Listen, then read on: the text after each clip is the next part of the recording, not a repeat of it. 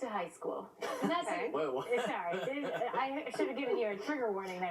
Yeah. Says no one ever usually. I remember taking the SATs and ACTs. Yes. Yeah. I was so stressed about having my pencil sharpened, fitting it in the time allotted. You struck me as a two-pencil person. Oh. Like a real pencil and then a backup. I had a backup for my backup. Yeah, I'm very type A. It's still annoying.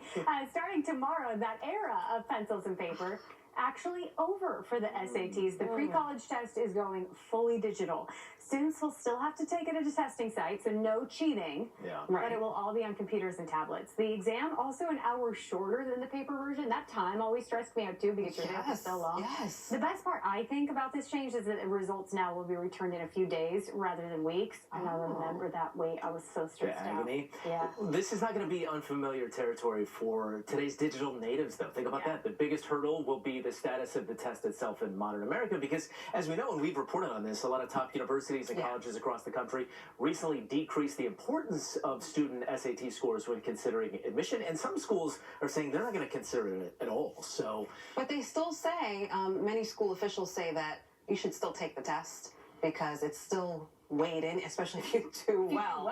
But there was nothing like that feeling that you were taking an exam. It felt like you were taking an exam. So I feel like this digital move might make it feel a little bit better. Although take off the pressure. I don't know. a lot of these, my elementary school kids, they're taking tests online in the classroom too. So it's just a different world. So by the time this time comes for them, it's going to be nothing. What am I going to do with all my talent at filling in bubbles?